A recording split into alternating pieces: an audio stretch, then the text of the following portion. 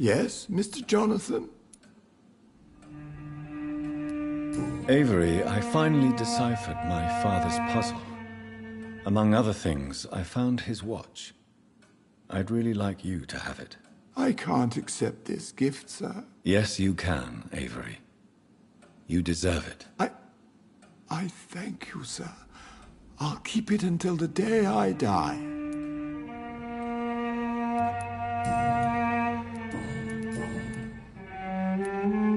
Do you know my mother speaks to the dead members of this family? Yes. I sometimes hear her speaking to you, Miss Mary, and her baby.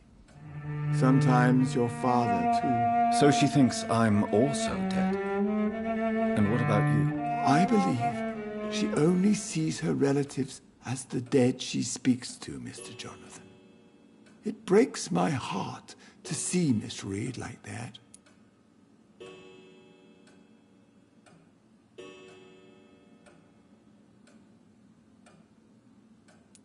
She may get better.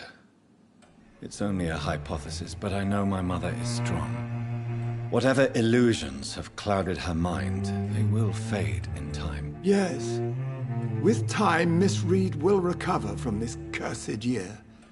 I know that your return can only be beneficial to that process.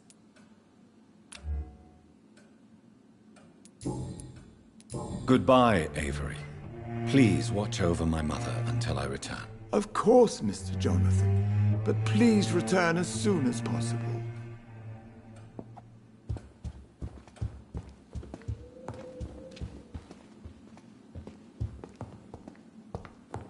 Did you know your good friend Mr. Crosby returned from the war too?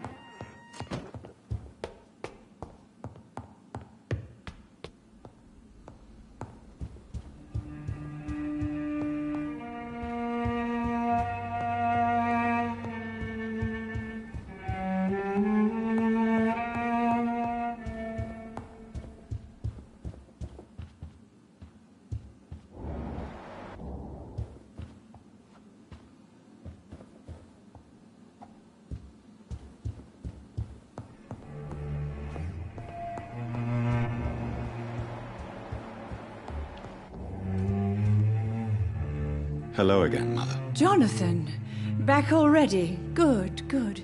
I was just about to go outside to find you. You shouldn't stay away for so long.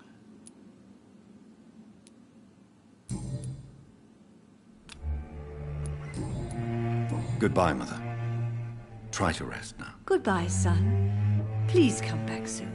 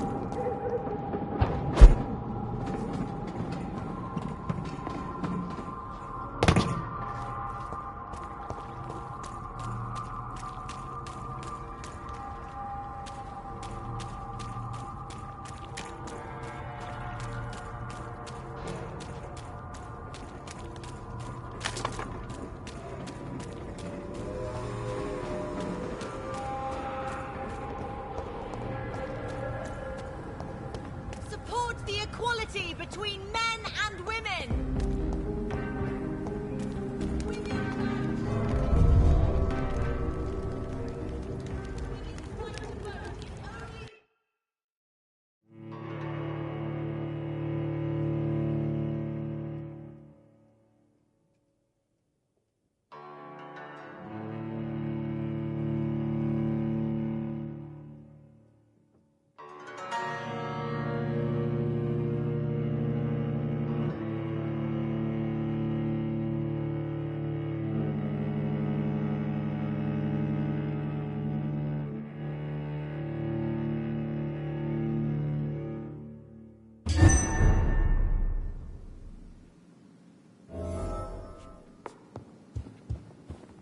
For as long as I've been a member, I've never seen so few vampires attending the club nights.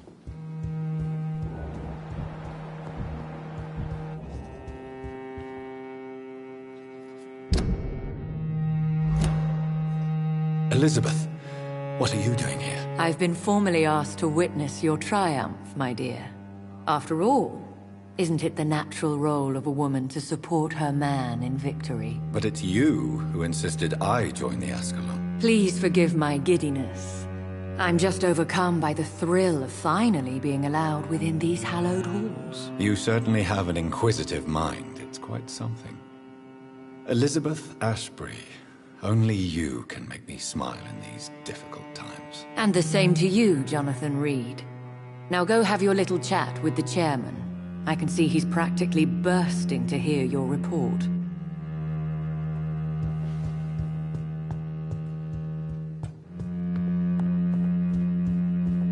We repelled the intruders for now. But how long before they return?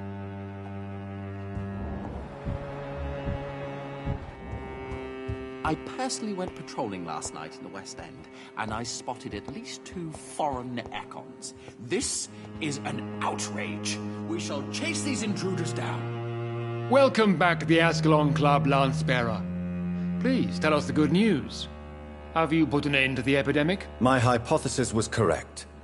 Doris Fletcher was the source of the contagion in this part of town. She was probably the first to be infected. And you cleansed her before the hunters, I've been told. Well done, Dr. Reed. You thrust your lance and pierced the very heart of the corruption.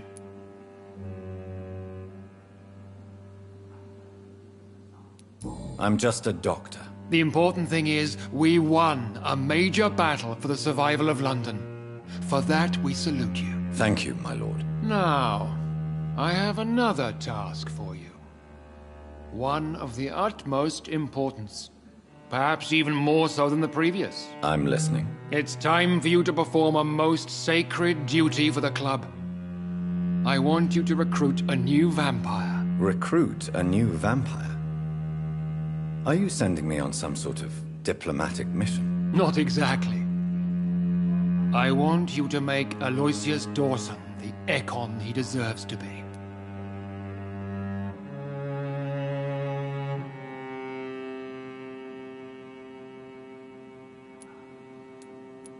As you wish, my lord. Good. Now go. How would you like me to proceed? Aloysius is waiting for you at the Dawson estate. Once the deed is done, I'll join you there to celebrate this momentous occasion. Before I go, I have a few questions. All right, I'm listening.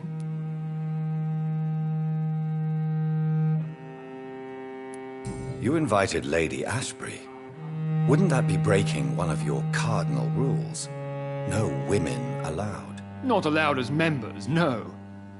But considering the circumstances, I thought you'd like to have her here to witness your triumph. So it's a temporary admittance, then? Something of a bargain, considering the crisis we're currently facing. Why Aloysius Dawson? Because he is about to die. And he just may be the most influential man in England. After me, of course. Did he choose me? No, I did. My decision is very recent, to say the least, but it is entirely mine. Does he know I'm coming? He can't wait to become your progeny, Dr. Reed. Especially now that you have shown how strong your lineage is through your sister. How would you like me to proceed? Don't worry. Aloysius has had many years to prepare himself.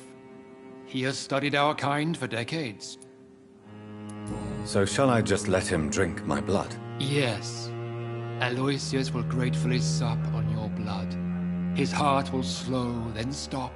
But he will rise again as one of us, an immortal. Is there any danger? Our blood alters a mortal body so deeply that some don't survive the metamorphosis. They die, for good. But Mr. Dawson has been preparing himself for a long time. Goodbye, Lord Redgrave.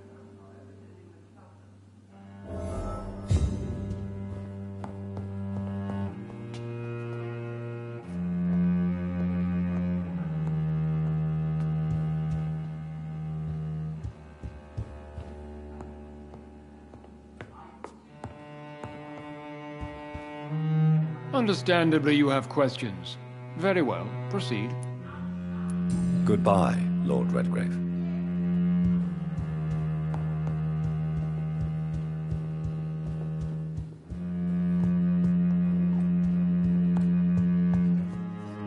Are you all right, Jonathan? Lord Redgrave has just ordered me to turn Aloysius Dawson, to make him my progeny. I see. And how do you feel about this?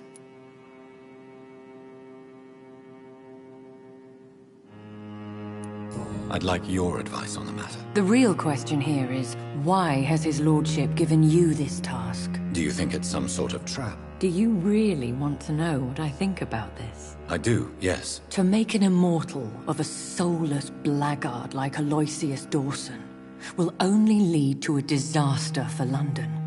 The man is already dead inside. Should I refuse? Perhaps politely suggest that Lord Redgrave turn the man into a vampire himself. Don't you dare, my dear. According to what I've recently discovered, his lordship could kill you for even broaching the subject. Really? Why? I've recently found proof that the Earl of Bristol is of lesser lineage and only capable of creating skulls. Please tell me more about your recent investigation. As long as you lower your voice.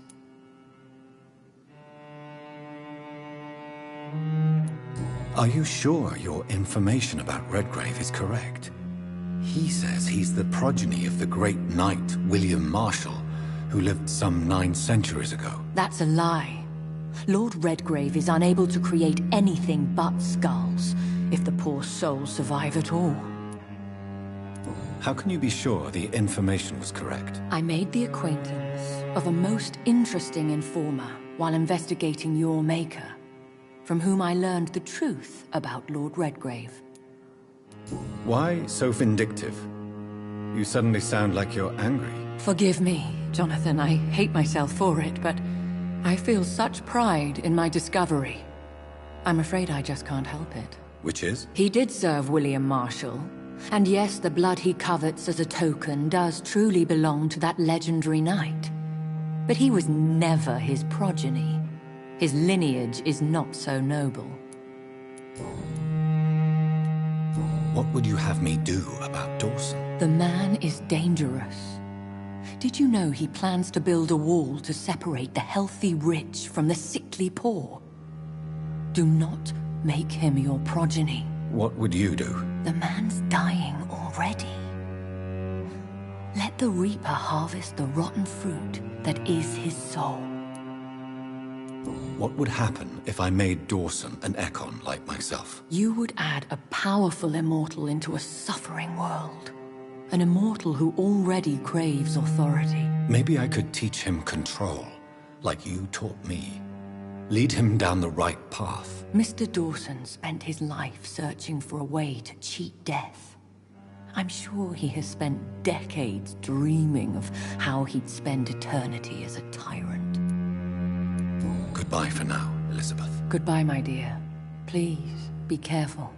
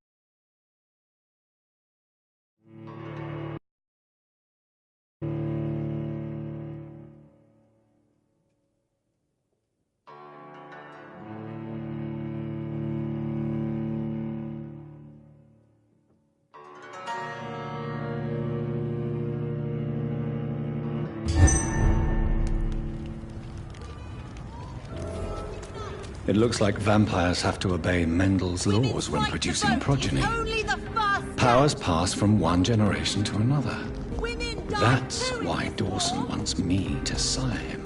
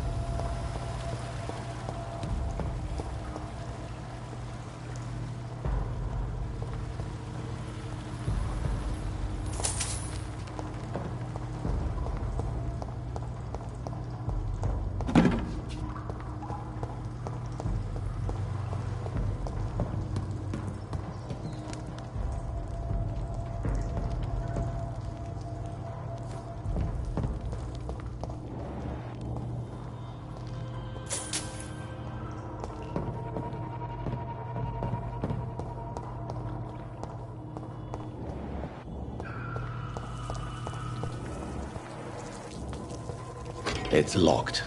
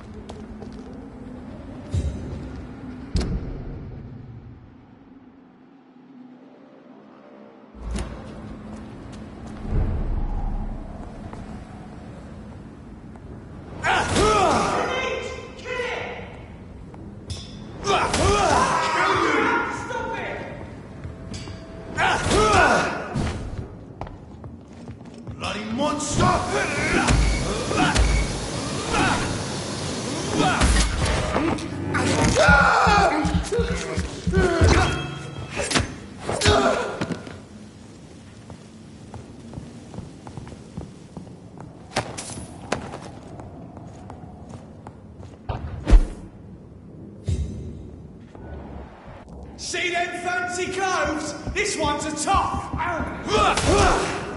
It's a neat. It's too fucking fast.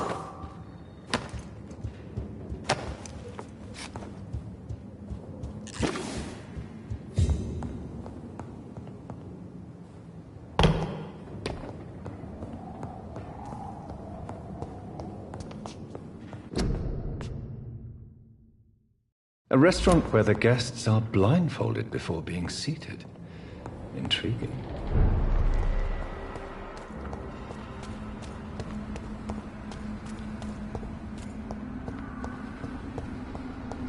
I cannot enter. I should find another way to get into the neighborhood.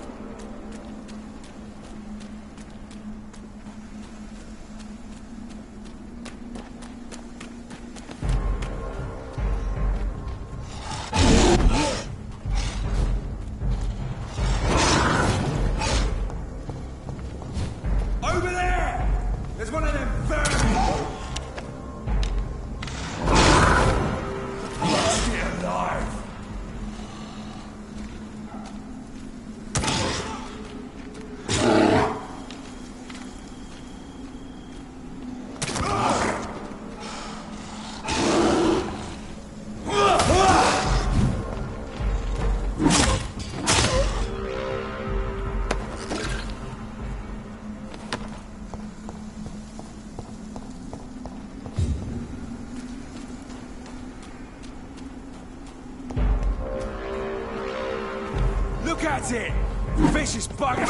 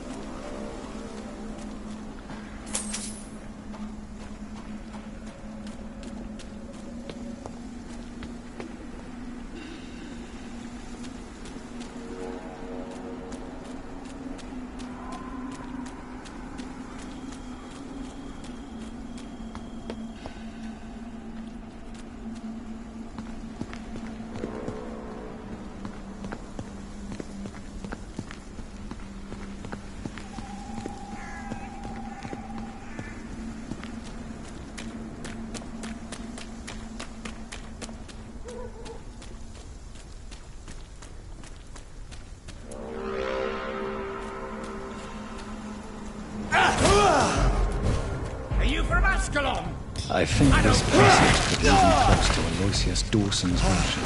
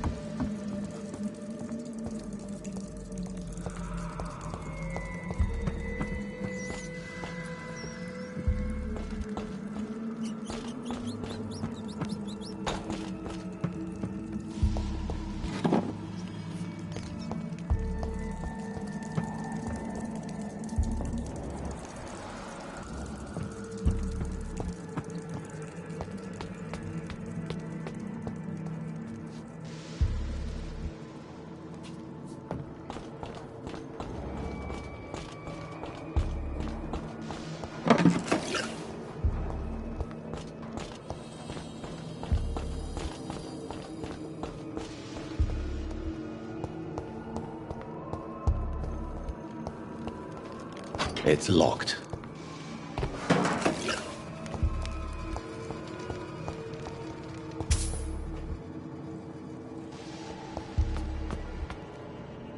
I will crush you!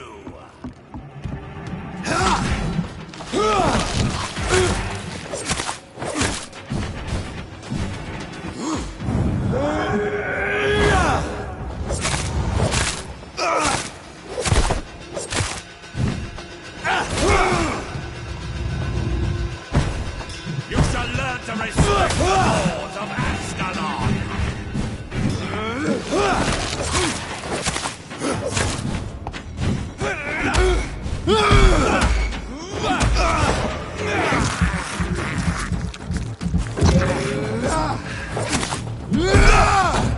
Show me your...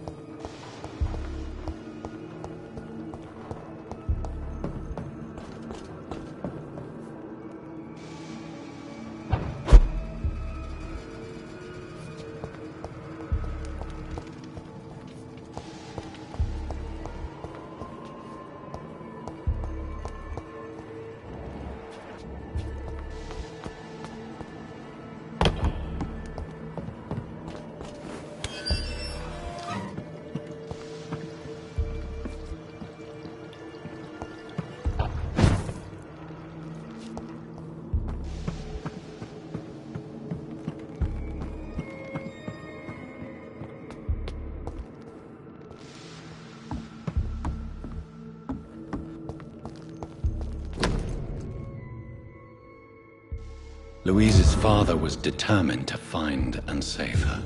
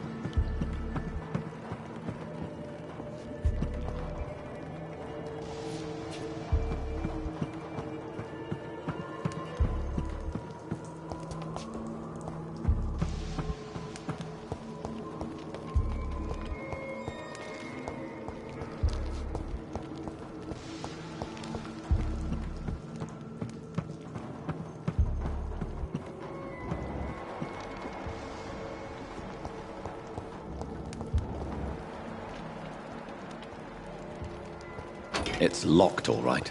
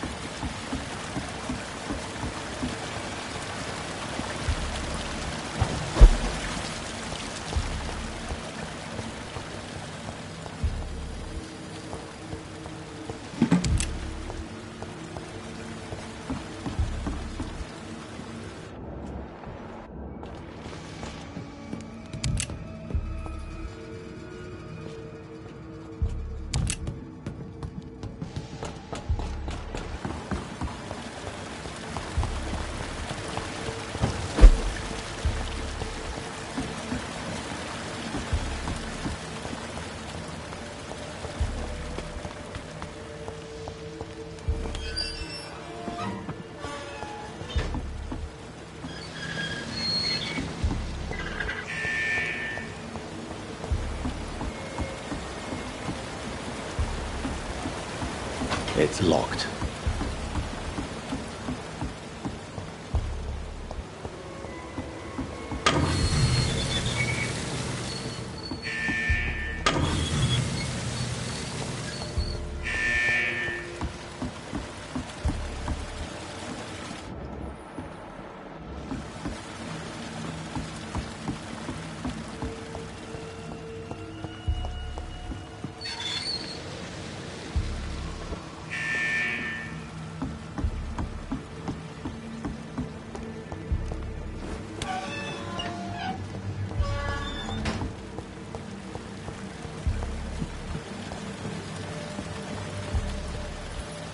I cannot enter.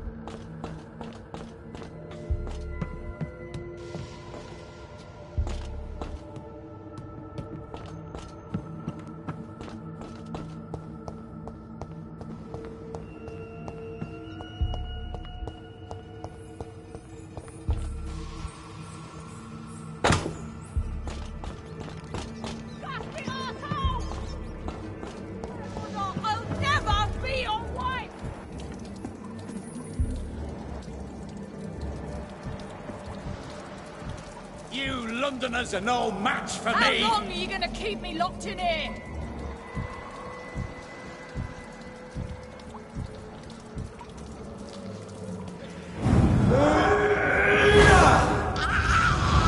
Let me go, you bastard!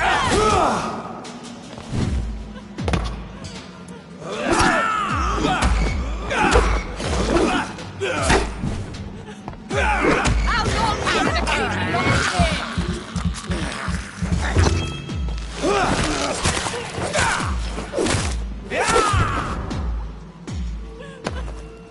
Disgusting arsehole! Vampire!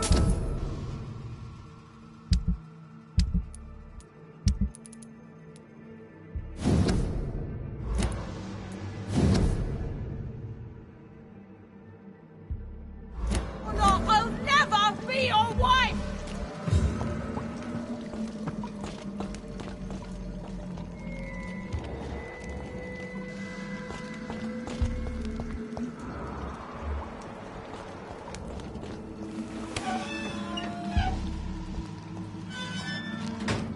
Miss Teasdale, are you all right? How do you know my name? Who are you? My name is Dr. Reed. I managed to track you down thanks to your father. So my father really was looking after me. This man, this vampire told me my father was dead. Is it true? I'm afraid so, miss. I'm so sorry for your loss. But you are free to go, as your abductor is no more. I suppose my jailer also killed my father, didn't he? Thankfully, he did not search your father's corpse, where I found his notes describing where he might find you. You should read them. I must find my father's body. He deserves a proper burial.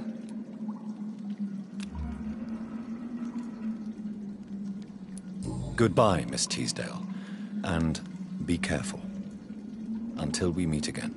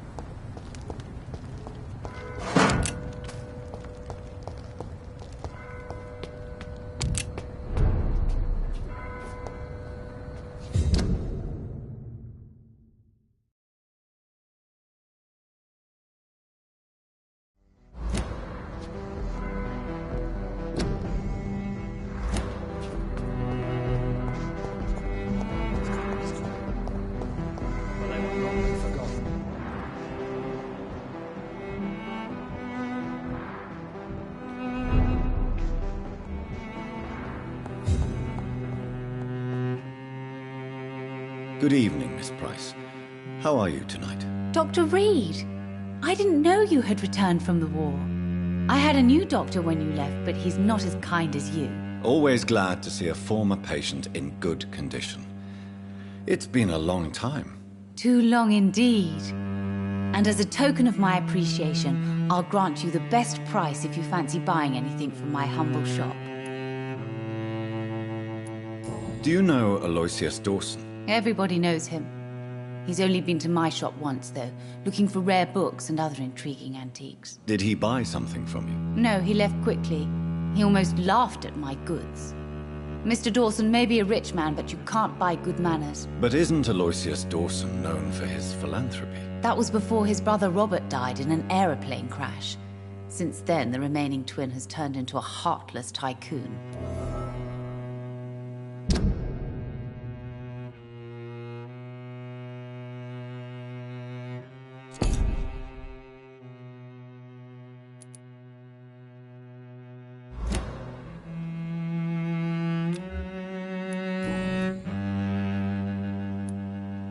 What can you tell me about yourself, Miss Price? I'm still managing my shop.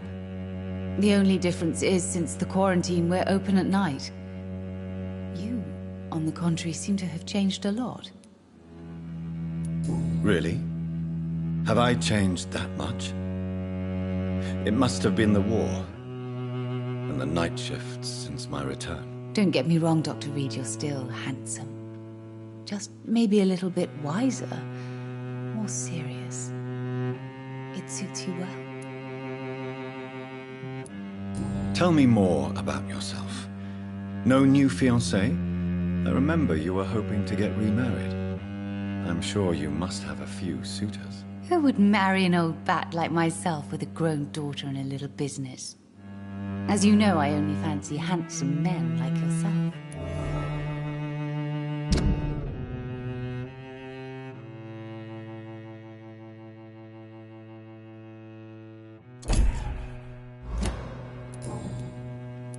Have you noticed anything in particular in this part of town recently? Other than you coming back to cheer me up? Nothing at all, Dr. Reed.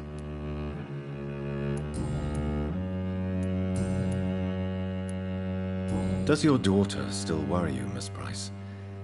I remember you were often concerned about her health when she was younger. Have you not seen Carol since you returned? She's almost a young woman now, but she'll always remain my sweet little baby. So you're less afraid? Some things never change. Carol is still too clumsy for her own good. Sometimes her innocence puts her in real danger. Why would her innocence put her in danger? She does not realize how cruel life can be. Maybe I was a bad mother to protect her too much. My poor dear Carol. You have every reason to be cautious, Miss Price. Especially in these difficult times. Maybe you could talk with her, Dr. Reed. It would be nice to have a man here more often. We would both feel safer. May I look at your goods, Miss Price? It's always a pleasure to have you here, Dr. Reed. Take all the time you need.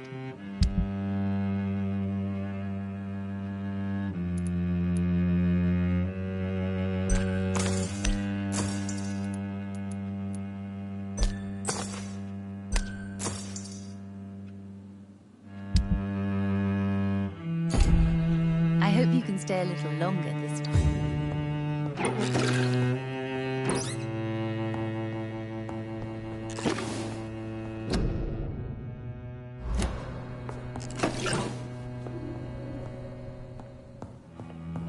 It's locked, all right. Dr. Reed, I am glad to see you again. It's locked, all right.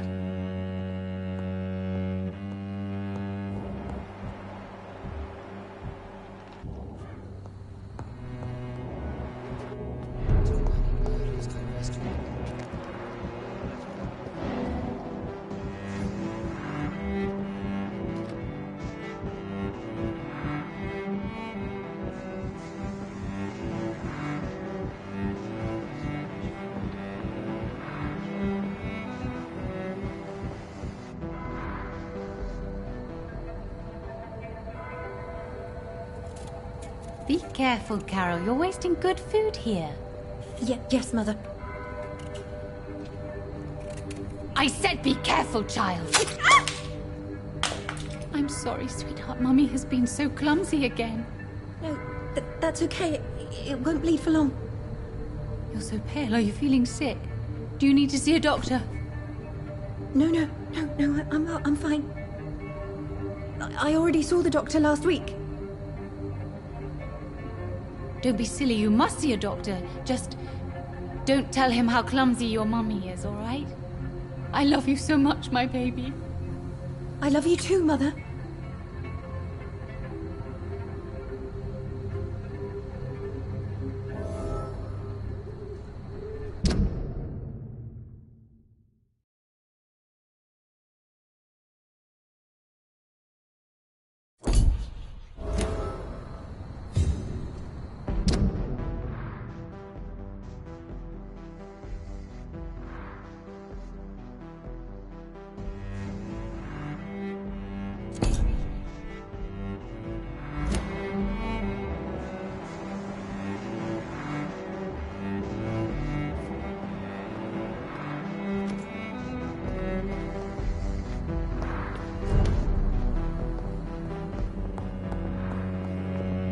I hope... Good evening, Miss Price. You know you can call me Carolyn, my dear doctor.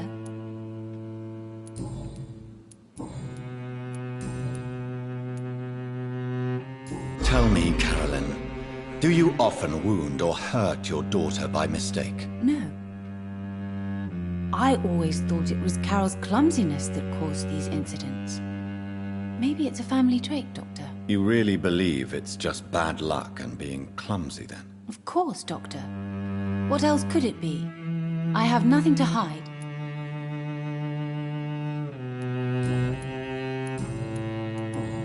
Goodbye for now, Miss Price.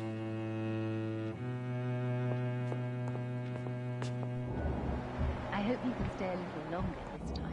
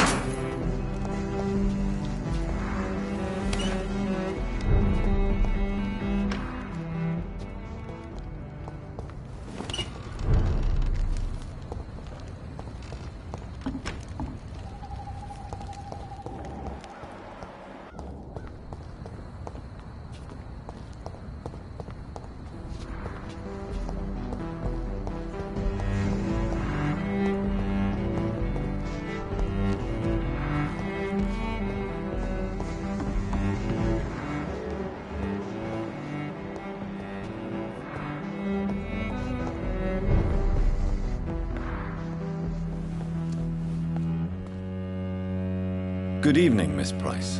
I'm Dr. Reed. Do you remember me? Dr. Reed? Yes, of course. You are the doctor who healed me and my mum.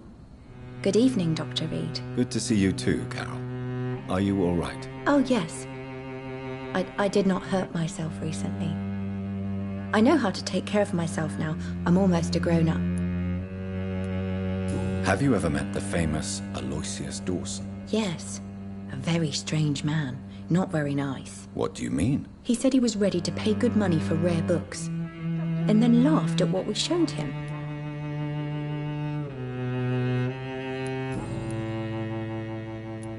Why are you awake at night, Carol? I am helping my mother in her shop. It's not easy, but I'm a grown-up now.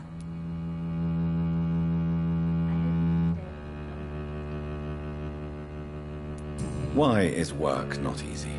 Is something or someone bothering you? Oh no, most people are gentle with me. But I'm so nervous sometimes.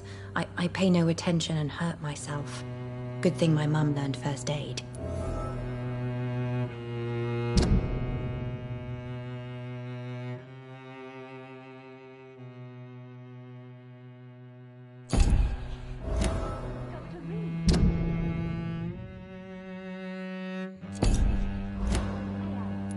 I'm sure your mother is grateful for your help. I do the best I can.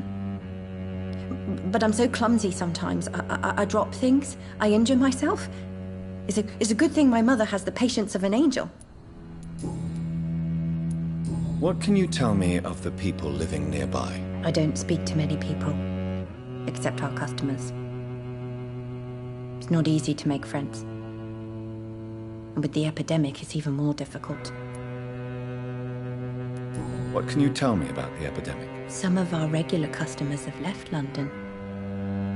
Some others only send their housemaids now. Everybody fears the contagion. I've even seen men with weapons. Have you no friends at all? No. Mr. Nithercote used to pass by and was always nice to me. Does he not come by anymore? No. Mum said he was weird. Always reciting poetry about a girl he'd met in Whitechapel. I wonder who this camellia may be.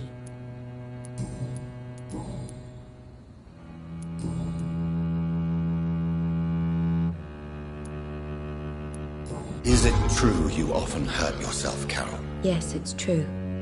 I try to behave, I really do. But one way or another, I always end up injured or wounded. I'm so stupid. Why would you be stupid? It's like I can't help getting under my mother's feet. That's how I end up being pushed, cut, or burned. You see, I'm a stupid girl, really. When exactly do these accidents happen? Ever since I was little. That's why I need to stay with Mum. I'm not capable of taking care of myself. Do you enjoy working with your mother? Oh yes, Doctor. My mother raised me alone after my father died. We've always lived together, and she has always watched over me. Do you remember your father? No, I was just a baby then. My mother always told me how strong and good he was. Do you ever think about getting married, now you're a woman? Oh no, Dr. Reed. Mum always says I'm still a child who has no idea how tough life can be. No husband would like a clumsy girl like me.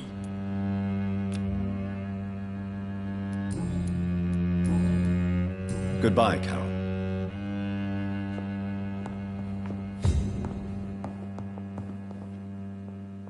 Good evening, Miss Price. You know you can call me Carolyn, my dear doctor. Carol's gratitude is exemplary. She seems determined never to leave you. I'm taking care of my daughter as well as I can. It's not always easy, but she's the best gift life gave me. But she'll probably leave you someday to live her own life. Will that be difficult for you? Why would she leave? Children sometimes stay with their parents until the end, for they know no one else will love them as much.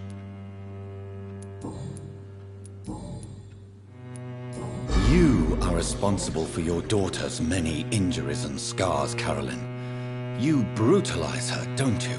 How could I abuse my own flesh and blood? This is nonsense. It would be like hurting myself. You really believe you've done nothing wrong, don't you? How long has this been going on for? I should have seen it when you were my patients. See what? Child abuse? Are you mad, Dr. Reed? I dedicated my whole life to my precious Carol. She is a part of me. Yes. Even her name is just a part of yours. This is a terrible tragedy. Something of an unknown disorder. My God. Abuse that comes from overwhelming love. I can't believe what I'm hearing. How dare you say something like that? What kind of a monster do you think I am?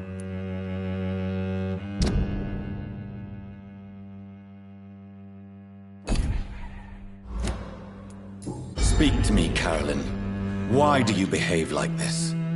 How does it make you feel to hurt Carol before cajoling her? I don't know. It makes me feel good to take care of my daughter. I need to feel useful. No one ever takes care of me.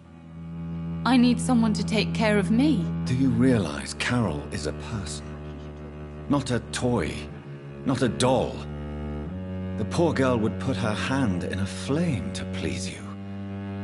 You are both trapped in this toxic relationship. Carol and I are perfectly happy. Leave us be. How stupid I was to believe you could be a suitable husband.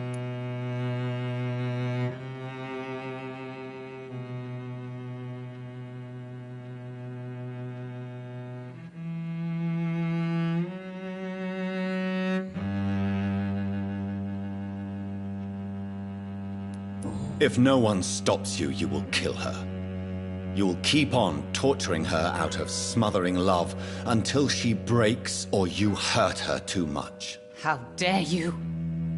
I carried Carol inside of me for 9 months. You men can't understand the bond between a mother and her child.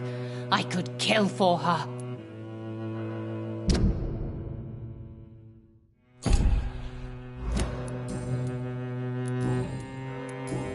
Goodbye for now, Miss Price. I hope you can stay a little longer this time. Good evening, young lady. My mother always prefers when people simply call me Carol.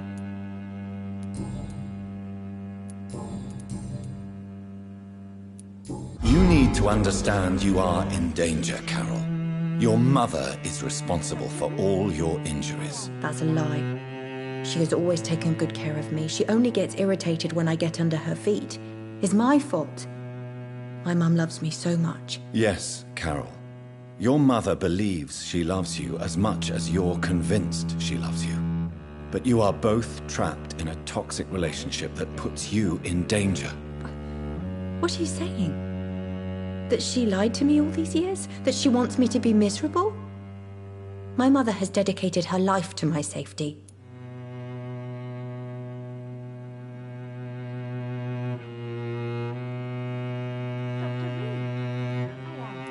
You have always been in danger, Carol. And I'm afraid the situation will only get worse. Your mother is capable of killing her own daughter. No. My mum loves me and only wants the best for me. It's my fault if I can never do anything right. She deserved a better girl than me.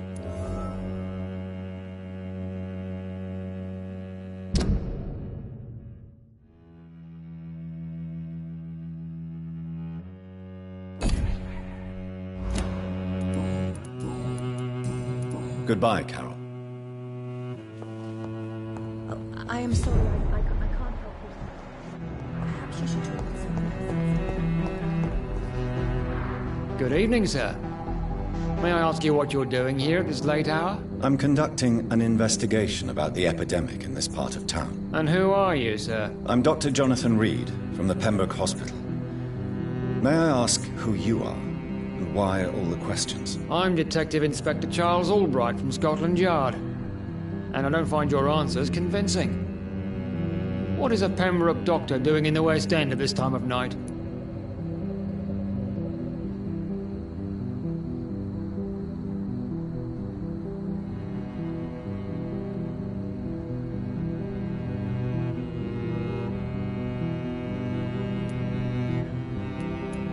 I work for the Ascalon Club. Here is my permit to go freely about the city. The Ascalon Club? You should have said so, sir. I must warn you, these streets are dangerous, and you'd better be careful. Do you know anything in particular about a man called Aloysius Dawson? Who doesn't know the man? I think he intervened personally to put an end to the police strike of last August. What else can you tell me about him? Aloysius Dawson is exactly the kind of powerful and influential man who could commit murder and get away with it, with just one phone call.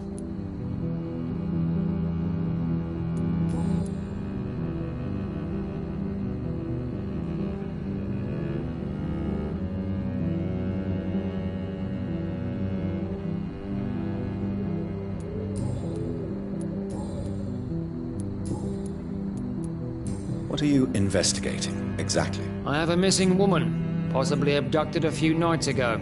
Louise Teasdale. It seems you already found my other missing person, Mr. Tadao Kimura. Tell me about Louise Teasdale. She's a waitress. Her father reported her missing. We don't have enough men to search for her, sadly. Do you have any idea where she could be? No. But I feel she's been abducted. She went to a pub a few nights ago and vanished. I thought about the sewers, but I'm not equipped for such an investigation. What are you investigating, exactly? I have a missing woman, possibly abducted a few nights ago. Louise Teasdale. Tell me about Louise. She's a waitress. Her father... Do you have any idea? No.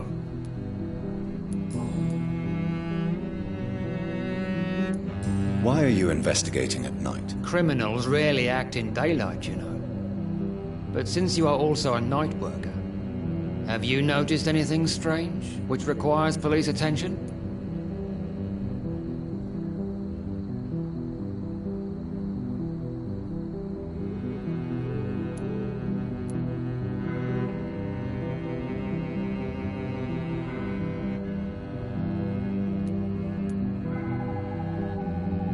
No, I've noticed nothing odd. All right.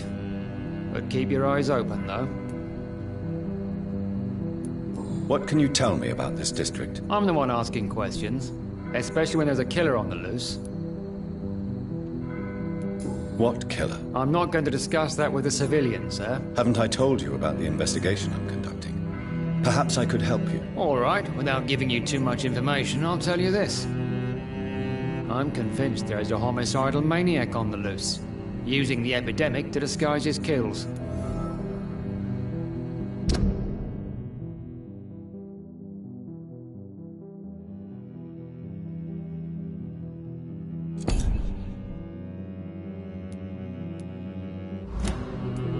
And what about the epidemic? We both know the situation is critical, don't we, Doctor? Colleagues of mine die almost every day. What are you really doing here? I told you. I'm a detective inspector from Scotland Yard, investigating suspicious cases in the area. Do you work alone? Yes. The situation is difficult for the police. Many of us are sick, and since the summer strike, most men apply a work to rule on their patrols. What about the situation in the East End?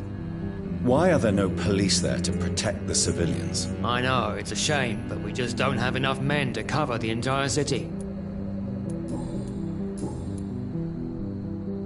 Goodbye, Detective Inspector Albright. Goodbye, Dr. Jonathan Reed. I'm sure we'll talk again soon.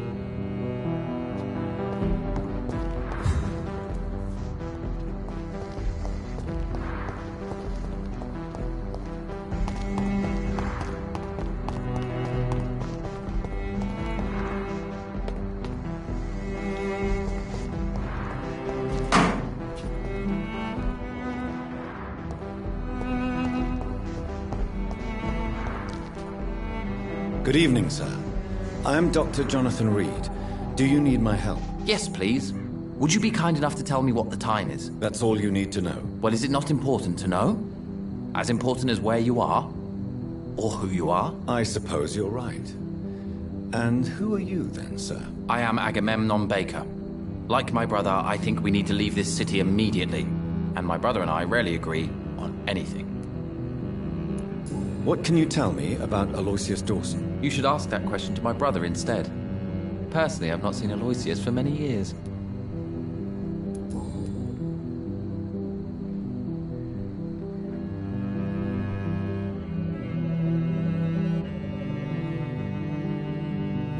May I ask what you're doing outside at this hour of night? I don't know. You should ask my brother instead. It was his idea in the first place. You must have your own ideas. From what I have managed to understand, I guess we're supposed to wait here. Waiting for someone to come.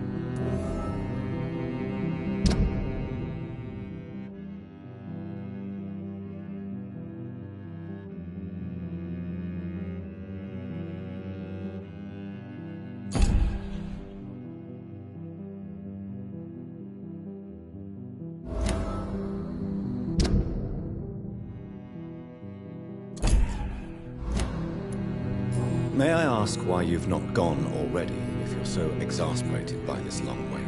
I believe fear is holding us back. My brother would have said it's laziness, but it's just because he's prouder than I am. What can you tell me about this part of town? It's the only place I've considered myself happy. Or at least that's what I believe. Unfortunately, it's time to leave. Why is that? Because I'm not feeling happy here anymore. Are you?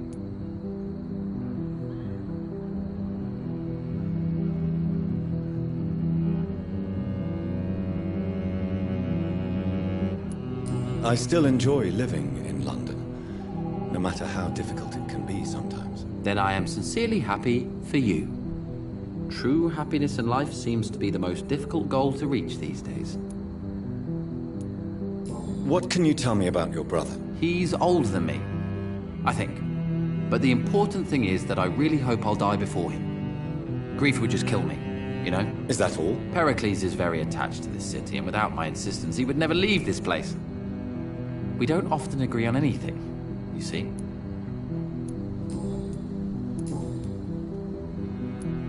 Who are you waiting for, exactly? The more I think about it, the more I believe it's not exactly a person we are waiting for. But what else could it be, then? I don't know.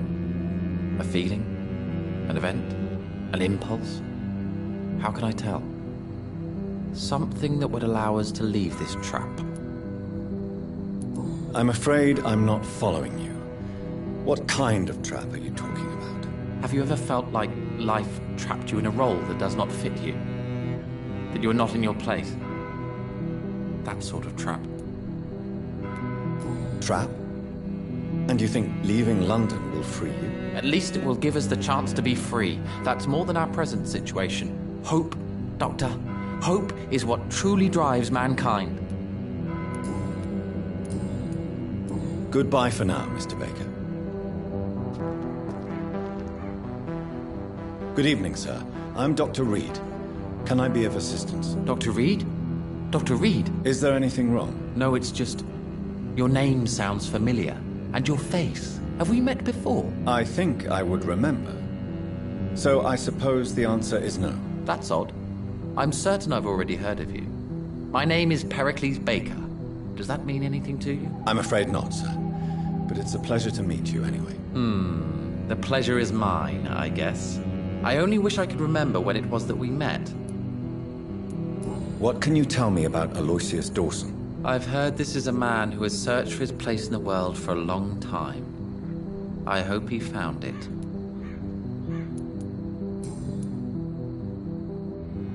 Tell me about yourself, Mr. Baker. What are you doing out here in the middle of the night? We are waiting. Waiting for someone. And why are you waiting for this person? Because we need to leave this city. As soon as possible. Why do you want to leave the city? I'm not really sure.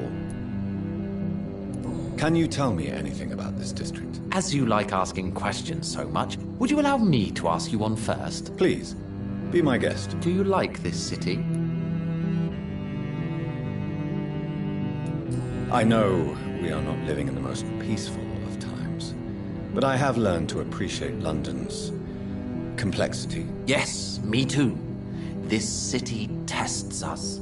It invites us to find ourselves, to discover our true nature scattered throughout its dark streets. But what if we don't like what we find? Do we ever know who we are?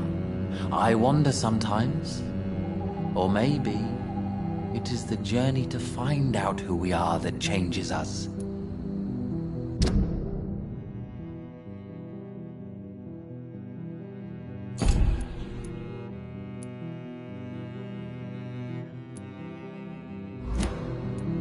And what do you do, sir?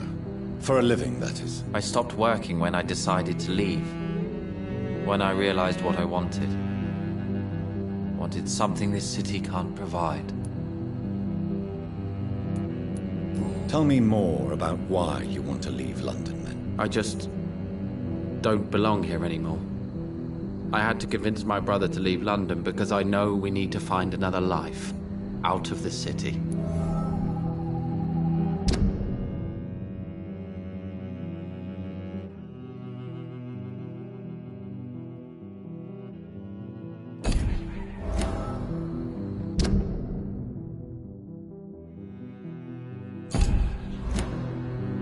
But what were you doing before you took this decision? Does it really matter anymore?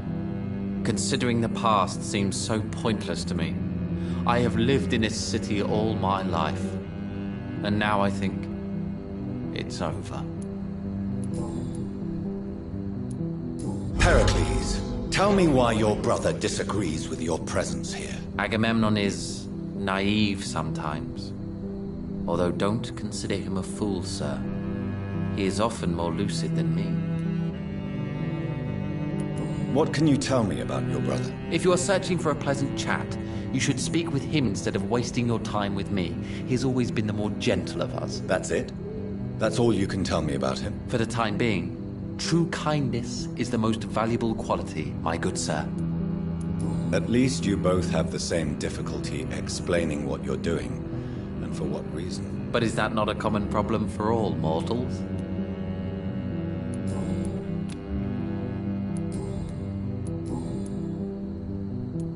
Who are you waiting for? I'm sure he has a name. I really can't answer that question, since I don't know that person. And why is that? This person is mostly my brother's acquaintance. I don't even know his real name. Only that this man could help us leave this city once and for all. But why would you need this person's help to leave London anyway? Well, I thought we should have left this cursed place already, but my brother convinced me to stay a while longer, and here we are. Goodbye, Mr. Baker.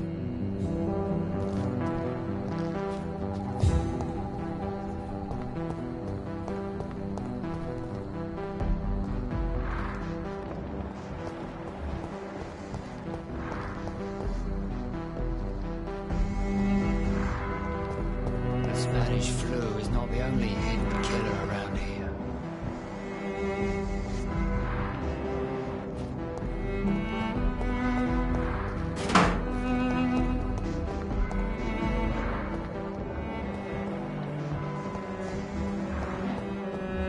It seems violent somewhere.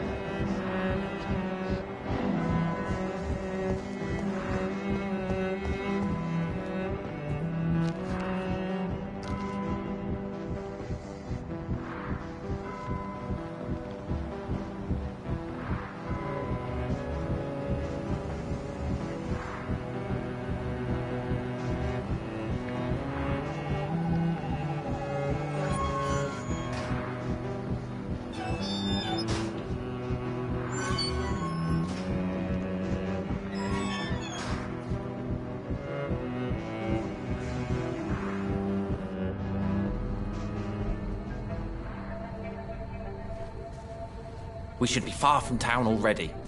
All right, but where would we go? Anywhere. Anywhere that isn't here. And what is that, by the way? A safer place? A less strange place? And where would that be? Life is strange, and we are alive. For now, yes, but for how long? If we decided to flee, we should be far from town already. All right, but where would we go?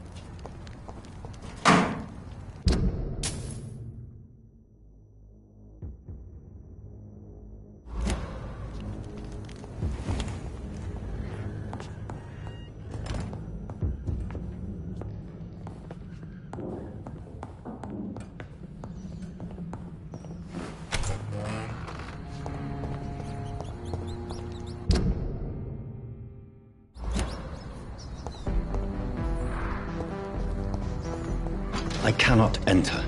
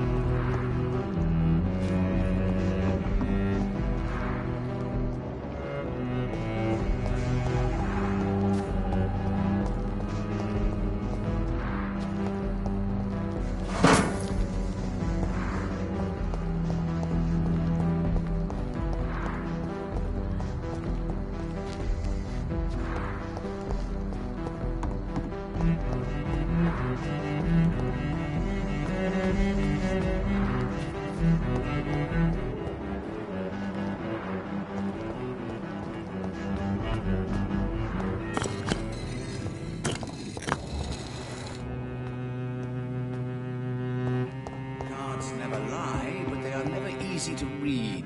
It's locked.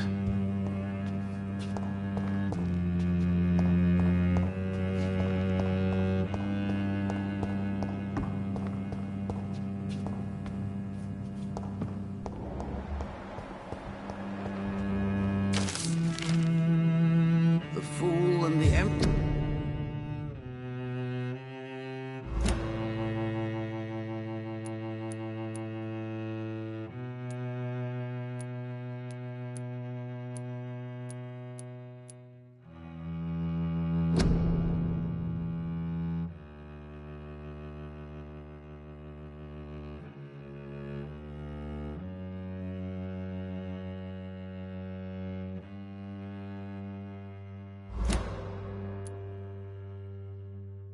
Press again. Jonathan Reed. At last we meet. The cards warned me you would visit tonight. I beg your pardon, sir. Do I know you? Of course you do. Our mutual friend, Dr. Swansea, can't speak highly enough of you. My name is Usher. Usher Talltree. You are the leader of the Brotherhood, are you not? Primate of the Brotherhood of St. Paul's Stole, to be precise. I'm really glad we met tonight. I love it when the cards tell me a truth. The cards told you to expect me. Yes, they can tell me everything. They told me that you have not taken another life since your poor sister died.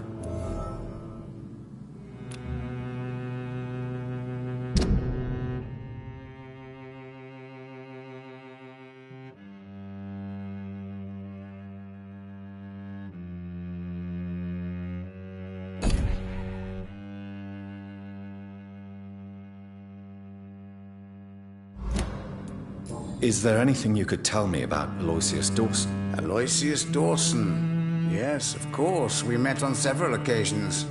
With time, he got deeper and deeper into the occult. He's not the only one. It's been quite the fashion for several decades. The Golden Dawn, for instance, is just one example. True. Aloysius was a member of the Golden Dawn until 1900. Then his thirst for dark knowledge grew. I'm talking forbidden texts, readings which blackened his heart.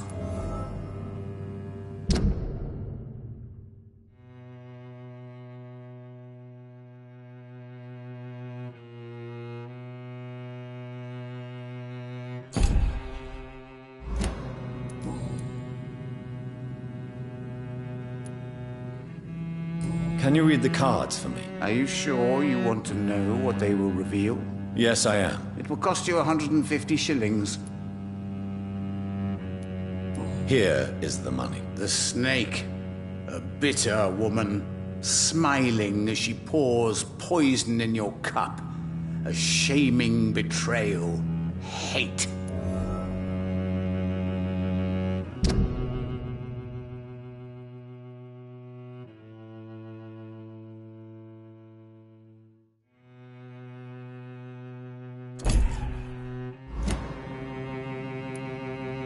Can you read the cards for me? Put the money on the table then, Jonathan, and open your mind.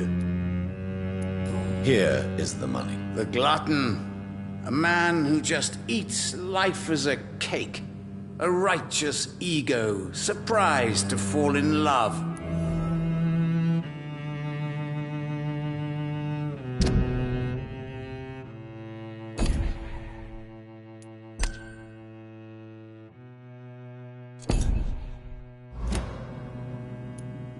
What can you tell me about the neighborhood? I really don't know.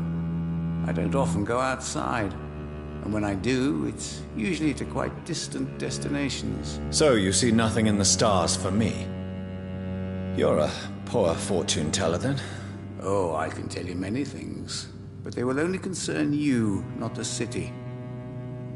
For example, I know that you offered your sister the final rest she asked for.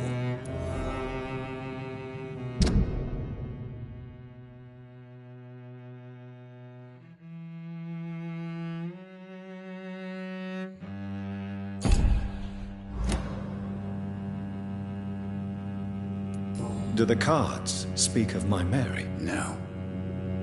It's the burning aura of guilt that precedes you everywhere you go. Read my fortune, then. You have been chosen, Jonathan. I see on you the mark of a strong being, so powerful it needn't even reveal its strength. Tell me about yourself. What do you do here, besides turning cards in the middle of the night? I'm for most a charlatan. For a few, I'm a vampire. And for you, I'm the primate of St. Paul's Stole. Some believe you to be a vampire. Who? The Guard of Priwen, who else? For a time, they sent spies to observe my activities, and they even broke into my home to gather proof. Did they steal anything from you? A personal notebook they quickly took to their headquarters. All they had to do is to look at me. I'm aging. What better and definite proof that I'm not an immortal? Do you want your notebook back? If you ever find it, I'd be glad to have it back, of course. I do ask one thing, though. Do not read it, Jonathan. Some secrets are not meant to be revealed, even to immortals. For how long have you been a primate? It was 15 years last year. What do you make of Dr. Swansea? Edgar is a brilliant and dedicated man. A man of his time, sometimes a little muddled, but always looking for new paths and new concepts.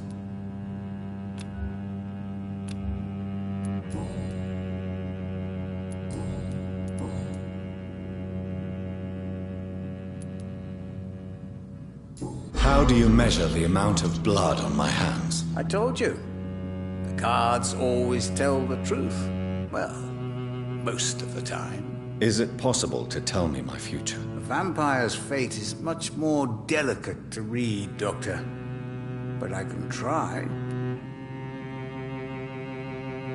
All right. Let me hear it. You're on a path to redemption, Jonathan. But be careful.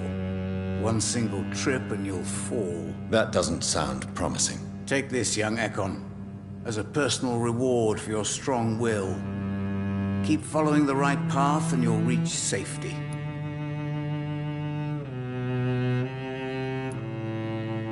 I would rather not know.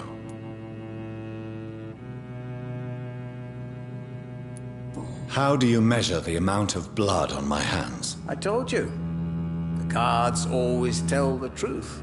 Well, most of the time. Is it possible to tell me my future? A vampire's fate is much more delicate to read, Doctor. But I can try. How did you learn about Mary? And spare me the hocus-pocus parlor tricks. The truth, now! Swansea told me.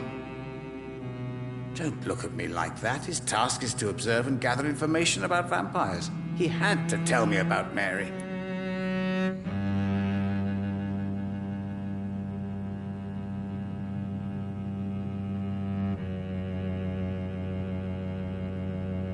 She was no longer the sister I knew. She had changed. Hateful and bitter. She was determined to destroy our entire family. She returned as a force of evil, Jonathan. In putting an end to her misery, you also protected many innocent souls. May I ask you about the Brotherhood? Of course. But I must warn you that there are some subjects we consider taboo, in spite of our fondness and acceptance of your kind. I know there is no love lost between the Guard of Priwen and the Brotherhood. What caused this rift? It was 1801. The Brotherhood was stronger then, a strength that made them hungry for ever greater power. An argument divided them, and the wound never healed. What was the nature of the disagreement? The problem was that both sides considered themselves the legitimate heirs of the original Brotherhood. We divide up the books, the relics, not always fairly or with consideration. Who founded the Brotherhood? That's precisely the kind of question I cannot answer. It is delicate, and may reveal some of our secret traditions. So you're not just a club of academics and scholars? Once upon a time, very long ago, the Brotherhood did more than simply study the vampires. They took actions to eliminate the more ferocious and corrupted.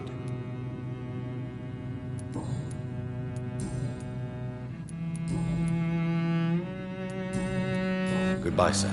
Until we meet again. I rarely wander, yet it amuses me to converse with your kind. Perhaps London will survive the epidemic, but I see terrible trial.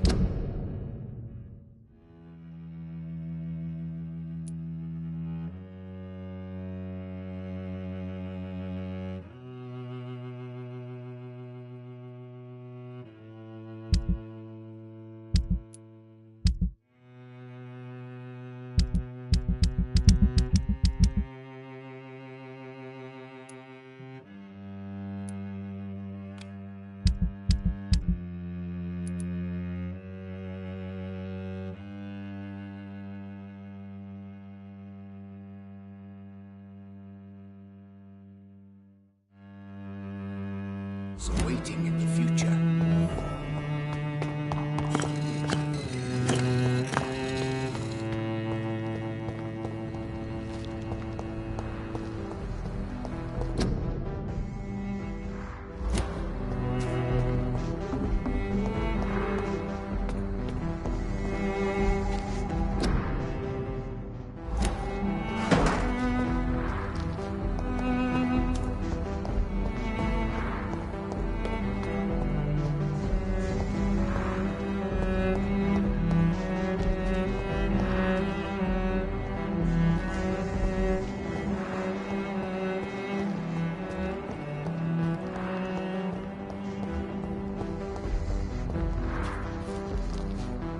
Hello again, Dr. Reed.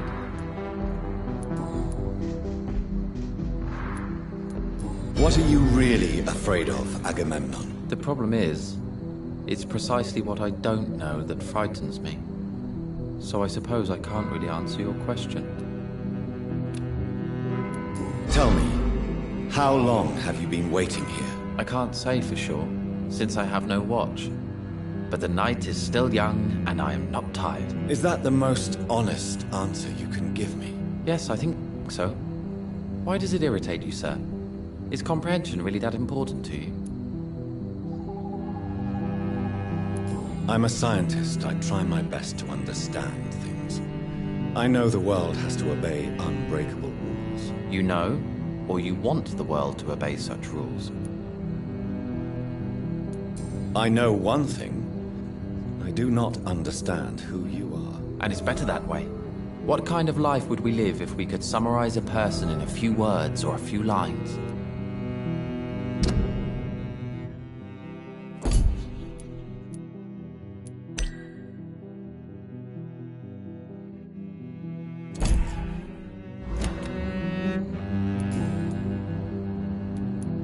If you finally manage to leave London, where do you intend to go? A happy place, that's for sure. A place where I can smile because I know the next day will be better than the previous one. Such a place doesn't exist. There are never any guarantees that tomorrow will be a better day. That would mean I have no hope left, and I just can't accept such a conclusion. Goodbye for now, Mr. Baker. Good evening, Mr. Baker. Why do I always have feelings of déjà vu when I talk to you?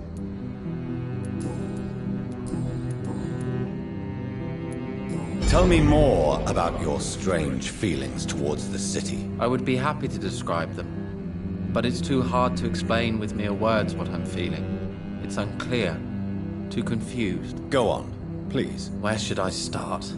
The world is chaos. Men go mad, and nature itself runs roughshod over us all. This is not the first time mankind has faced a deadly epidemic or a war. Men kill each other, while nature decides to kill them all. I don't know what scares me the most. Do you?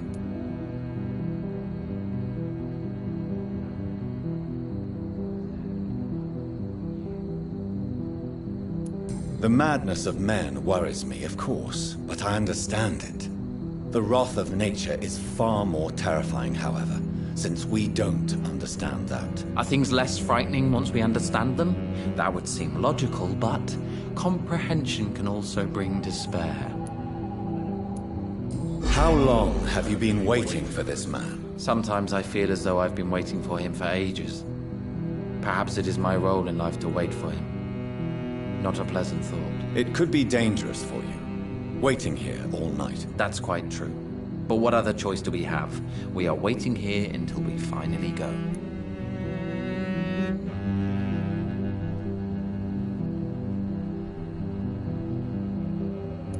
Why are you still waiting for this person? What would be the point of going before meeting the man, as he's going to help us leave?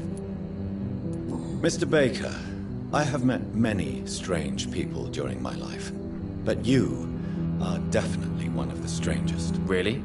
I don't feel particularly odd or weird. All I want to do is leave. What's wrong with that?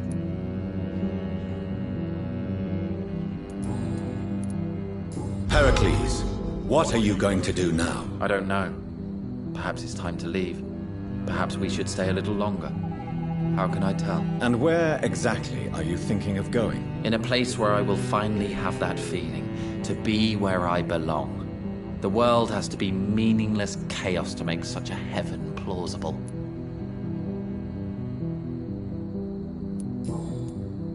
Goodbye, Mr. Baker.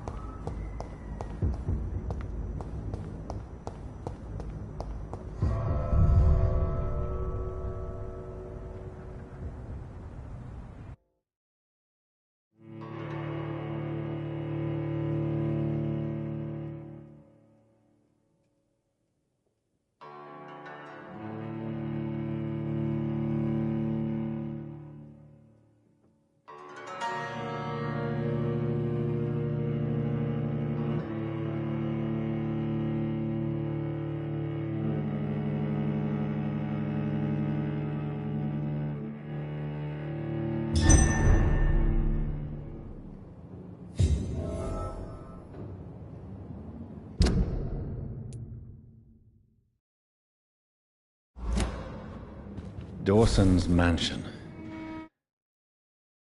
Here I am at last.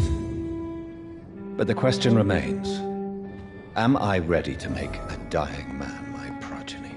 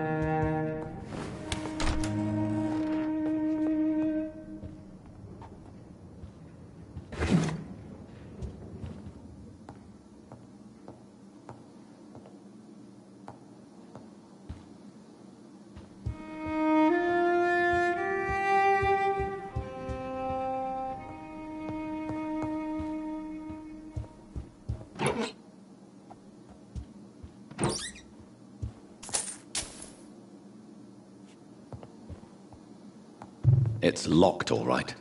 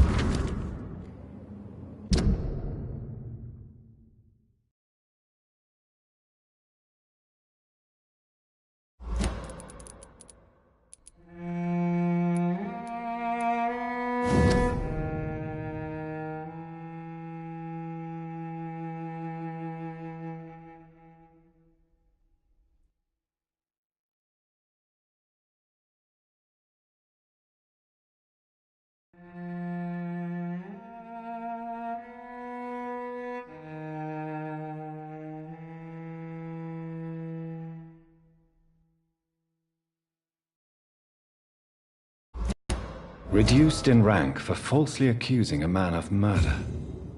I wonder what Inspector Albright thinks about his punishment.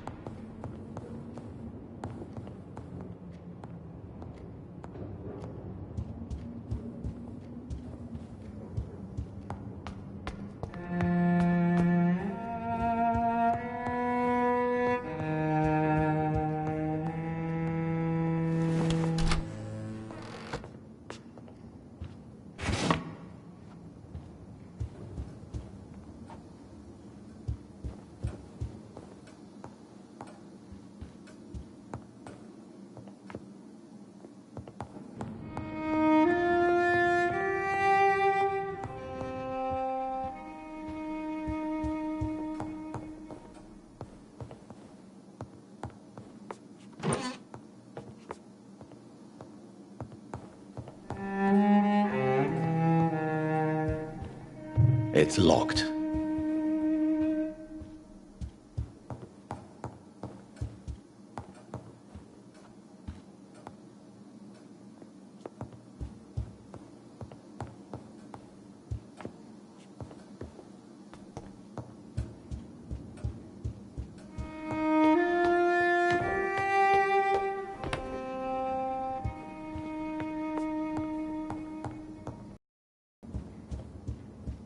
You're here, Dr. Reed.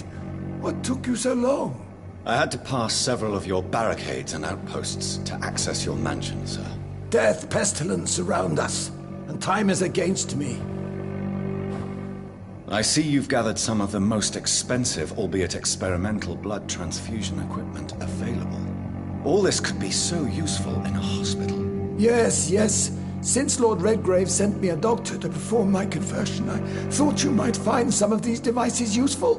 Most thoughtful. But tonight I'm not here as a physician. But I feel reassured that a specialist such as yourself would help me to escape the Reaper. Very well. But before I proceed, I have a few questions for you.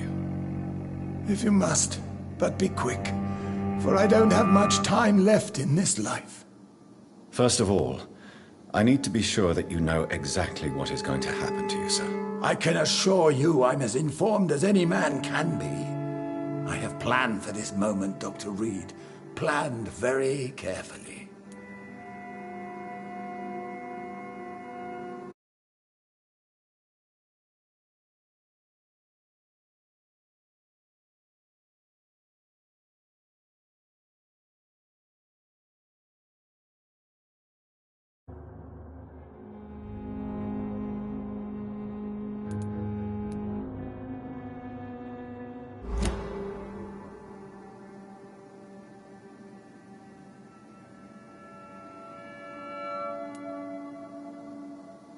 Believe me, there is a huge difference between reading about vampires and waking up as one. I learned that myself the hard way. Oh my God, man, stop your whining. I don't have time for your pointless jibber-jabber.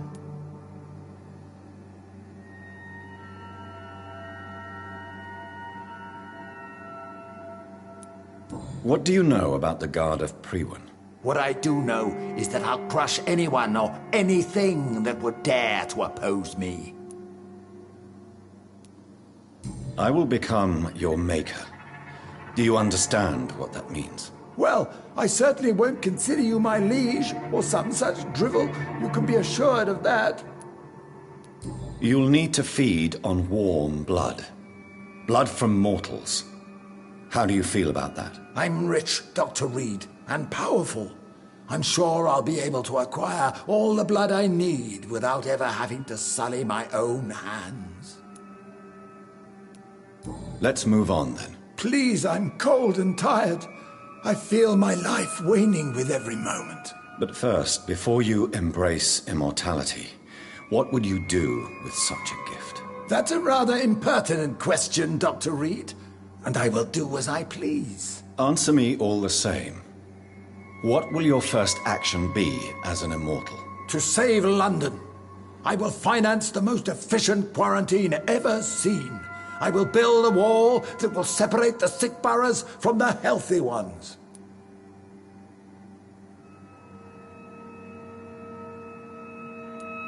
Quarantine is not a bad idea, medically speaking. But I'm convinced this epidemic will not be contained by mere walls. As long as the right people are on the right side of the wall, that's all that matters. But you can't guarantee infection will not spread. Just one contagious carrier would be enough to create an apocalypse. The apocalypse is already knocking at the gate. We must be strong now. What if a new outbreak happens inside your walls? You'll have created a giant trap. That won't happen. As long as we dispose of anyone that is contaminated, as soon as they are spotted.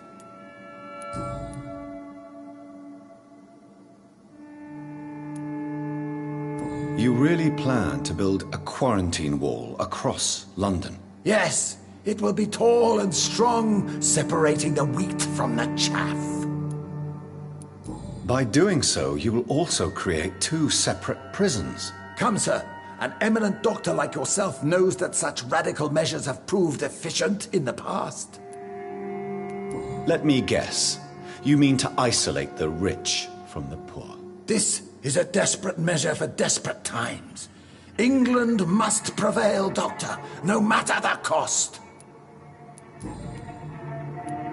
Who gave you the right to decide the fate of thousands of people? My money. My money and my pending immortality gives me the needed authority, Doctor. I'm a businessman. I'm used to tough decisions. I've heard enough. It's time to proceed. At last. All right, do what you have to do. If it hurts, so be it. I've been preparing such a long time for this.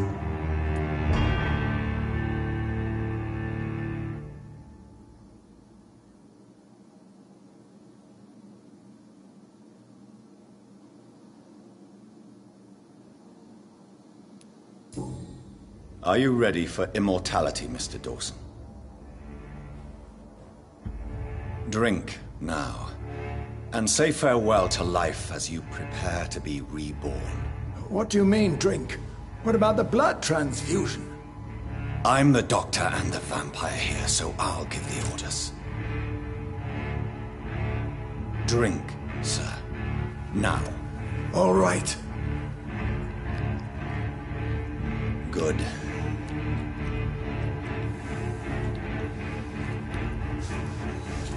That's enough. That's enough, I said.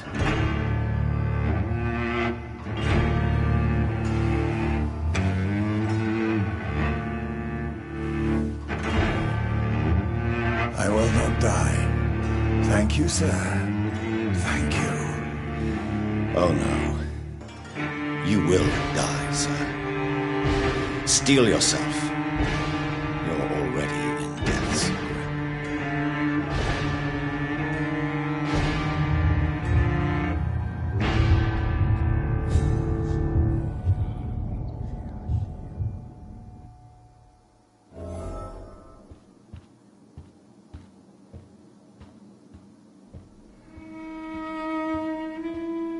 It's locked, all right.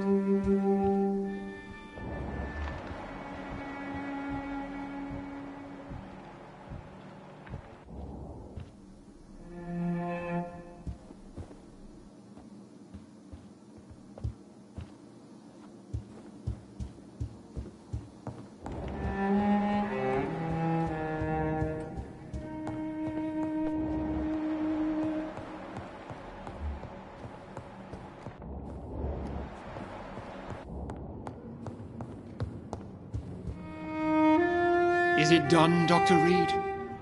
Is Aloysius Dawson reborn, as expected? Yes, my lord.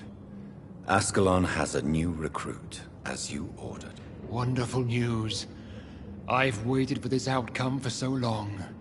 Tonight you served your country, the king himself, beyond all expectation. Thank you, my lord. No, thank you, Dr. Reed. Now, could you do me one last favor? Of course.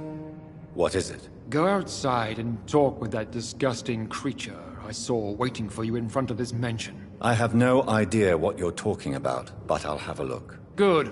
I didn't kill her on the spot, for she claims to be a friend of yours. But don't you dare bring such a creature near me again.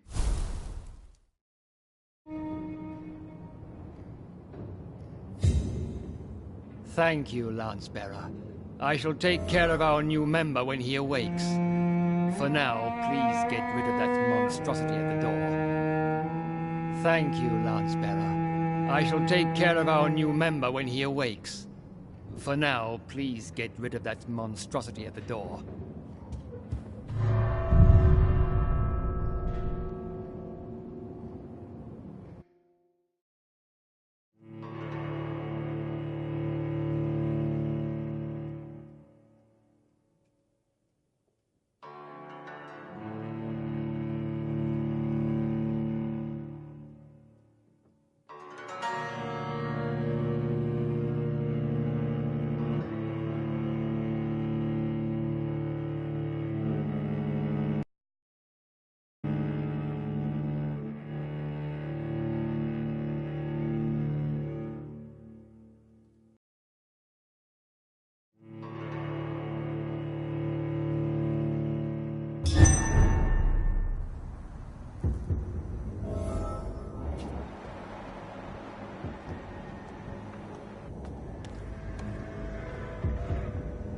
We meet again at the strangest of times, young Ekon. So do you serve the Earl of Bristol now? Old Bridget. What are you doing here? Your friend, the wise Ekon. She sent me to warn you. Did anyone see you? It's a long way from the dock sewers, and hunters are patrolling the streets here. Who said I took the streets? How do you think I survived for centuries in this city without ever being seen? I know all her secrets. How did you meet Lady Ashbury? She came to us in the sewers in search of answers. Just as you did. What kind of answers did you give her? I knew nothing of your maker, but we talked. We talked a lot. Her words and ideas are captivating. It is no surprise that you like her. I like her too. Lady Ashbury in the sewers? Now that's a sight I wish I'd seen. She said she was your friend, and that she sought the identity of your maker. So I answered her questions.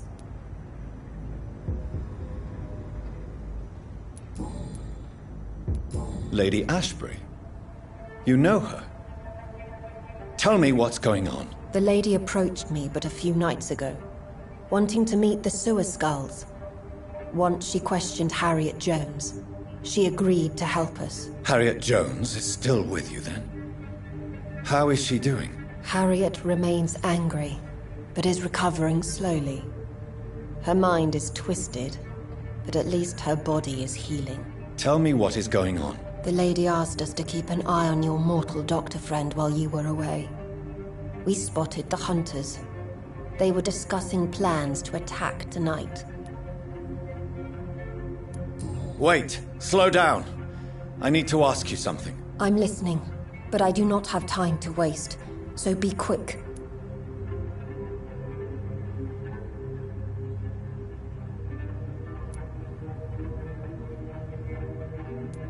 How did Elizabeth find you? She presented herself humbly at our gate and asked if we knew of any ancestral vampires hiding in London.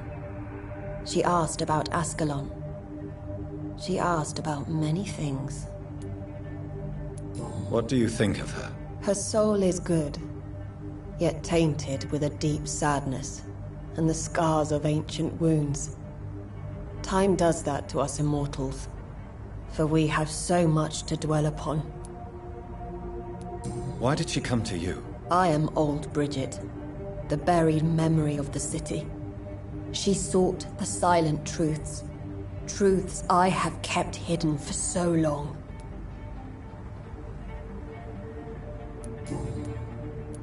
Where is Lady Ashbury right now? She said she will go home. She needed to speak with some old friends first, though. Do not worry, young Ekon. She is no fool, and just as strong as you. Why do I feel like Lord Redgrave was particularly irritated to see you? Far more so than the average Skull, if I may say. Because I used to know him quite well. And he is afraid I may remember who he really is. You're Elizabeth's informant. You're the one who told her about Lord Redgrave's lies regarding his lineage. Yes, but my words were not meant to hurt or threaten. I simply told the story of the sewer skulls, and of so many other forgotten children.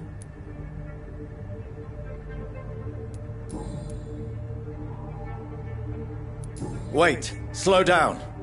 I need to ask you something. I'm listening, but I do not have time to waste, so be quick. No time to lose, then. I must go there right away. I shall return to my den. Have you a message for the lady? Should I see her before you?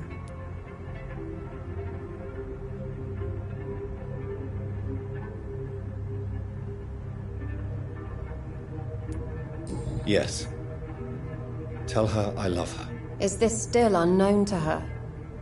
Go now and take care, young Ekon, for the flames are rising.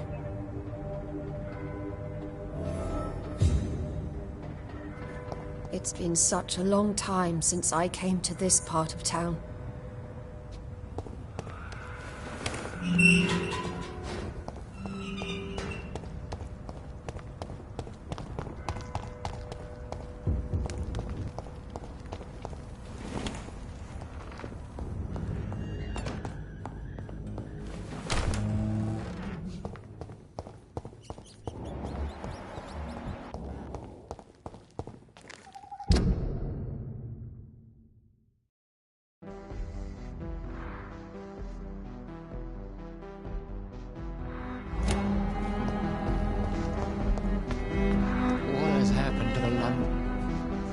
Dr. Reed, still conducting your nocturnal survey?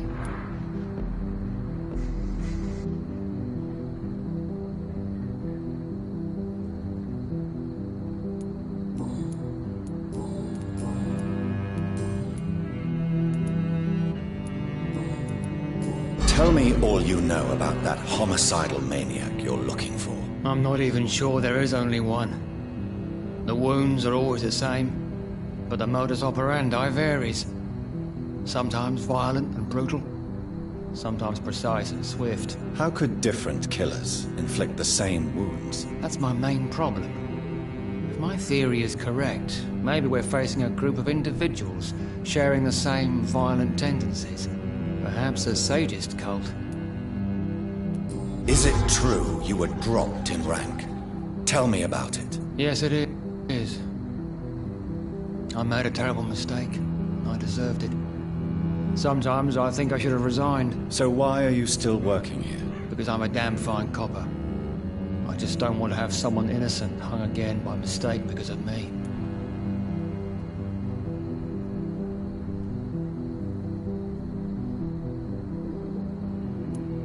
The death penalty is not an efficient deterrent. I sometimes think it pushes criminals to more violence, since they know they have nothing to lose. I agree. I'm convinced all civilized nations should abolish the death penalty. Maybe after the war, once that bloodshed is over, the survivors will change that.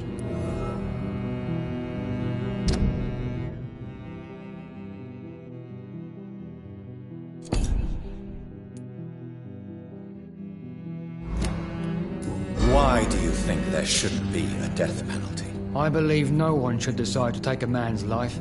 Not a nation or a government. Are you a pacifist, Inspector? No, sir. But I believe in divine justice. Only God has the right to decide who will live and who must die.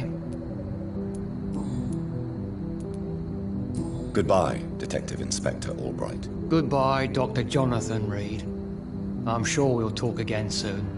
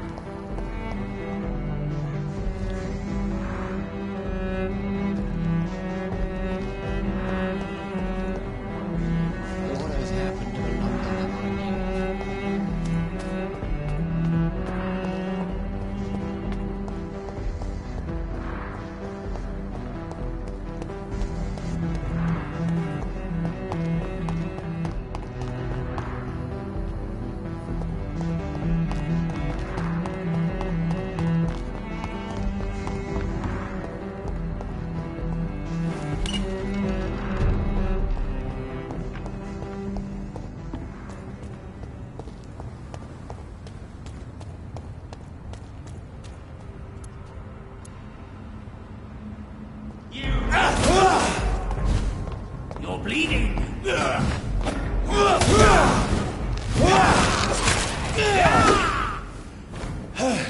This is my territory.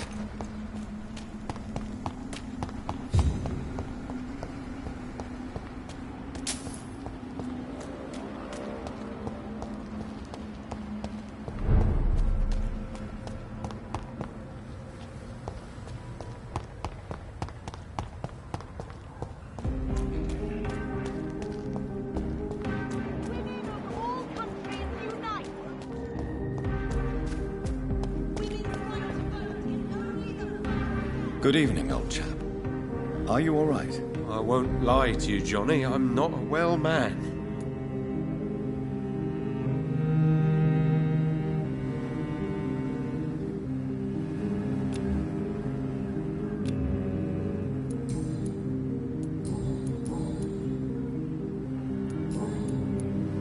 These are the documents you wanted me to look for.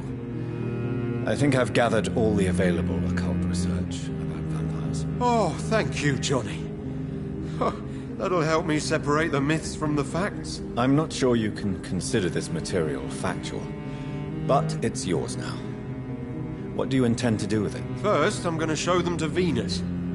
It'll open her eyes and make her understand the importance of my mission. Venus is poisoning you, Clarence. She wants you dead. So she really hates me that much now. My poor wife. I had no idea my research would drive her to such extremes. I'm sorry, Clarence. Why would you tell me that? First you returned from the dead, and now you tell me my wife is trying to murder me.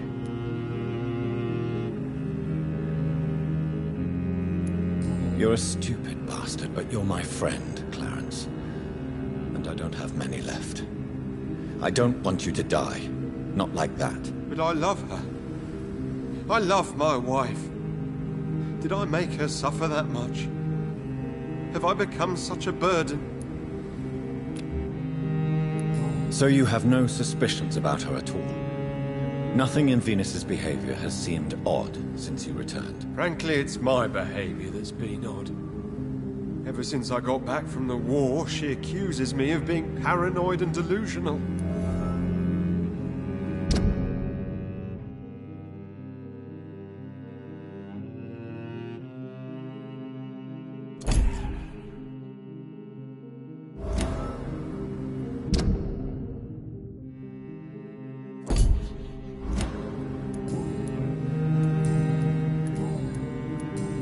You need some rest, Clarence. You should try to sleep.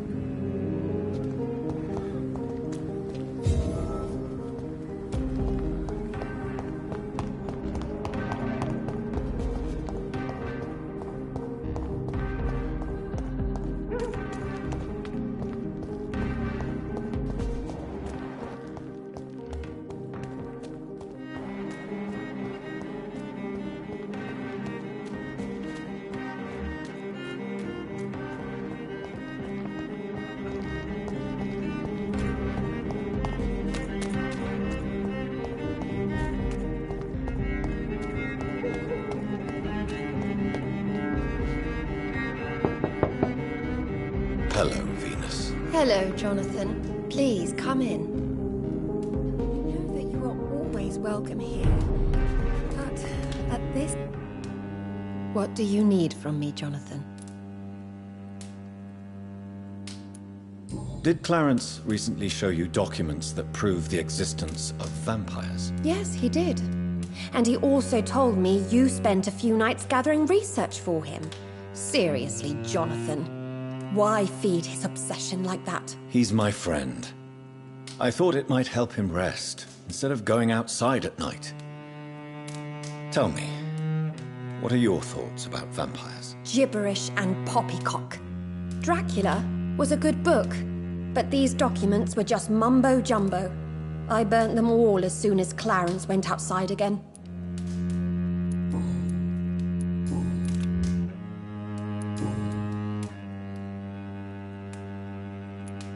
Why do you and your husband argue so much? He is not the kind man I married and loved.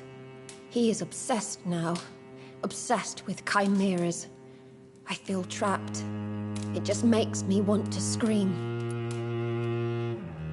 What do you think about Clarence squandering his fortune on his obsession? Soon we'll be poor, and forced to sell the house. Where will we go? In which filthy, infected part of town will we end up? I'm so afraid. Why are you poisoning your husband? He has spent a fortune printing his bloody papers. I can't stand this nightmare anymore. We are the butt of everyone's jokes since he returned. If you're so frustrated by Clarence's behavior, Why don't you just leave him? I have already lost the best years of my life because of him. I will not jeopardize my future for some lunatic. He goes, and I inherit what's left.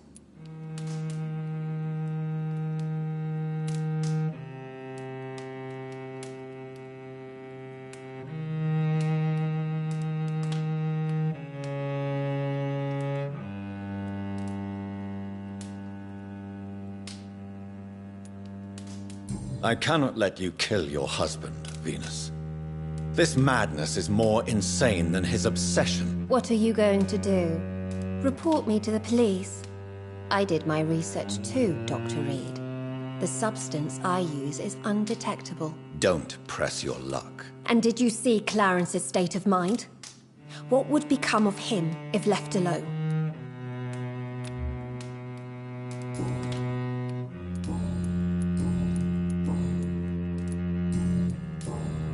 Goodbye for now. You know that you are always welcome.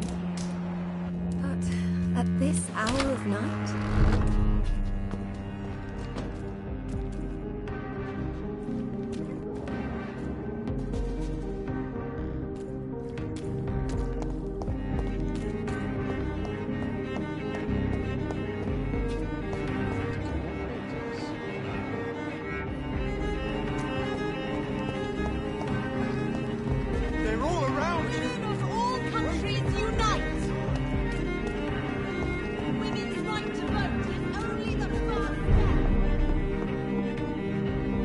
Good evening, Dr. Reed. A great night, what?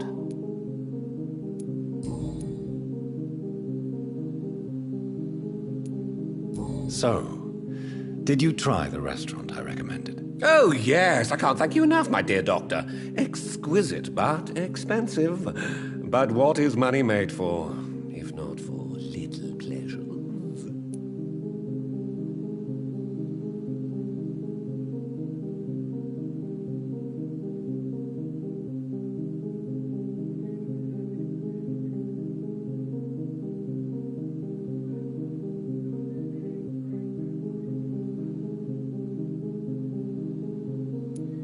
Don't you think your money could be better spent in these difficult times? Your words hurt, Doctor. I thought you and I were friends. But since you ask, I'm rich enough to finance my passions. And various charities across the city. Perhaps my words were too harsh.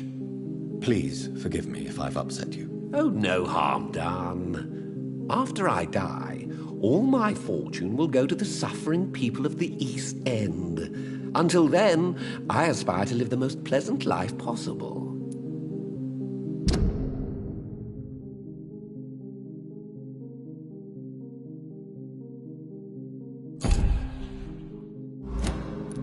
Calhoun, tell me about your relationship with Doris Fletcher. Oh, Doris. Cold fire and burning ice trapped in a perfect body. Our passion was as intense as it was brief. What an actress.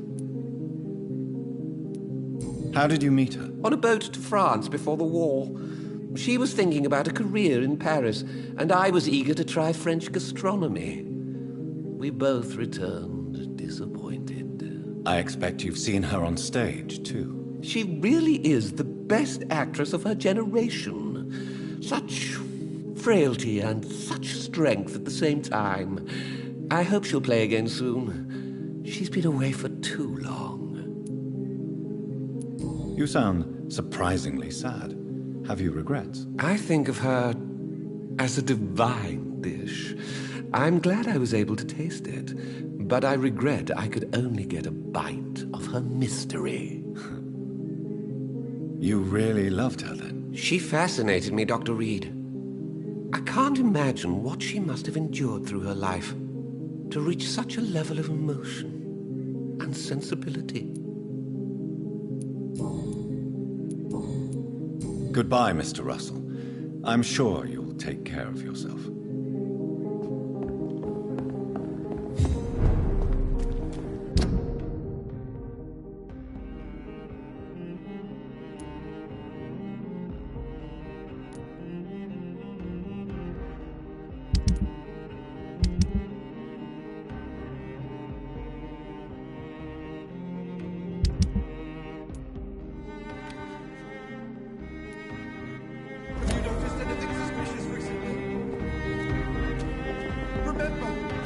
let any strangers come into your house.